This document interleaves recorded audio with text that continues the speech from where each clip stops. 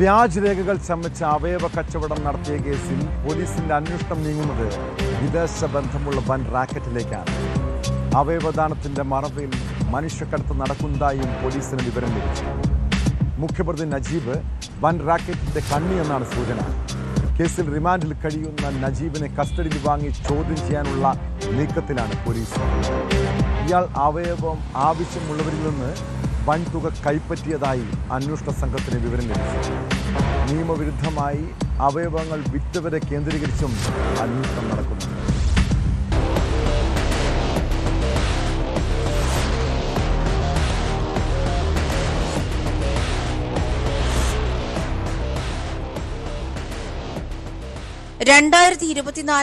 ഇറാനിലേക്ക് മനുഷ്യക്കടത്ത് നടത്തിയ രാജ്യാന്തര റാക്കറ്റിന്റെ സാമ്പത്തിക ഇടപാടുകൾ നടന്നത്.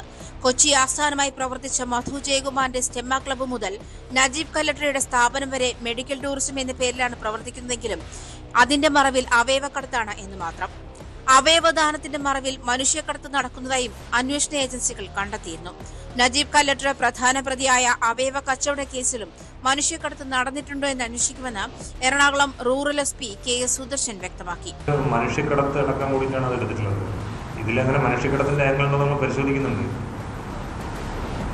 അതല്ല, കിഡ്നി ആവശ്യമുള്ള ആളുകൾ ഇത്തരം റാക്കറ്റ്സിനെ സമീപിച്ചുകൊണ്ട് അവർ ഓരോ ഇൻഡിവിജ്വൽ കേസുകളാണെങ്കിൽ ആ ഒരു ആംഗിൾ വരില്ല. അങ്ങനെയാണെങ്കിൽ അത് കൂടുതൽ അന്വേഷണം നടത്തിയെങ്കിൽ ഇതുപോലെയുള്ള ഒരു കൂടുതൽ ആളുകൾ പല സ്ഥലത്ത് വന്നിട്ട് അവരുടെ കിഡ്നി ഇങ്ങനെ വ്യാപകമായി എടുത്ത് കൊടുക്കുന്ന സംവിധാനമുണ്ടെന്നുള്ളത് കണ്ടുപിടിക്കേണ്ടി വരും. അങ്ങനെ ഉണ്ടെങ്കിൽ ആ ആംഗിൾ അന്വേഷിക്കും. അവയവക്കടത്തിൽ സ്വകാര്യ ആശുപത്രിയിലെ ഡോക്ടർമാരുടെ പങ്കും അന്വേഷിക്കുന്നുണ്ടെന്നും കേരളത്തിലെ ആശുപത്രികളിൽ തന്നെയാണ് ഓപ്പറേഷൻ നടക്കുന്നതെന്നും റൂറൽ SP പറഞ്ഞു.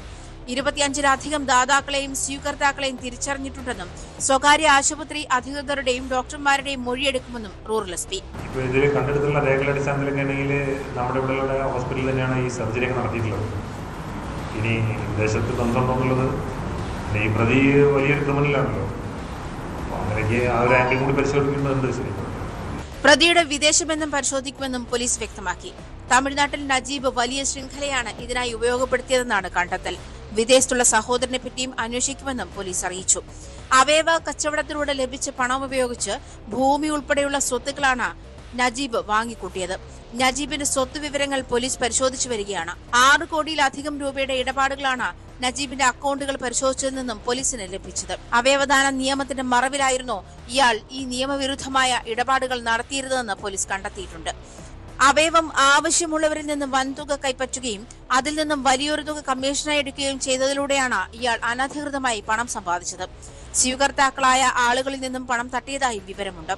2 മുതൽ 5 ലക്ഷം രൂപ വരെ പലരിൽ നിന്നായും ഇയാൾ കൈപ്പറ്റിയ ശേഷം മുങ്ങിയിട്ടുണ്ട്. നിലവിൽ 2 അക്കൗണ്ടുകളുടെ വിവരങ്ങൾ ലഭിച്ചിട്ടുണ്ടെങ്കിലും മറ്റുള്ളവരുടെ പേരിൽ ബെനാമി അക്കൗണ്ടുകൾ ഉണ്ടോ എന്നും പോലീസ് സംശയിക്കുന്നു.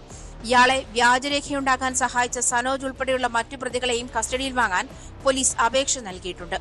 വരും ദിവസങ്ങളിൽ കേസിൽ കൂടുതൽ അറസ്റ്റുകൾ ഉണ്ടാകാൻ സാധ്യതയുണ്ടെന്ന് പോലീസ് വൃത്തങ്ങൾ സൂചിപ്പിച്ചു. കല്ലട്രാസ് മെഡിക്കൽ ടൂറിസം പ്രൈവറ്റ് ലിമിറ്റഡ് എന്ന സ്ഥാപനത്തിന്റെ മറവിൽ അവയവ കച്ചവടത്തിനായി വലിയ ശൃംഖല തന്നെ നജീബ് കെട്ടിപ്പടുത്തു.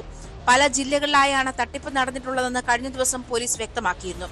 നജീബിന്റെ ഇടപാടുകൾ രേഖപ്പെടുത്തിയ ഡയറി കേന്ദ്രീകരിച്ചാണ് നിലവിൽ അന്വേഷണം പുരോഗമിക്കുന്നത്. രാജ്യാന്തര ബന്ധം അന്വേഷിക്കാൻ കൊച്ചി സിറ്റി പോലീസും പ്രത്യേക സംഘത്തെ നിയോഗിച്ചിട്ടുണ്ട്. Kochi city deputy police commissioner Shahin Shah, Thrikkakara assistant police commissioner Manoj Kumar എന്നിവരുടെ നേതൃത്വത്തിൽ Ambalamedu info park Udayamperoor police ഇൻസ്പെക്ടർമാരും 4 സബ് ഇൻസ്പെക്ടർമാരും ഉൾപ്പെടെ 15 പേരടങ്ങുന്നതാണ് SIT.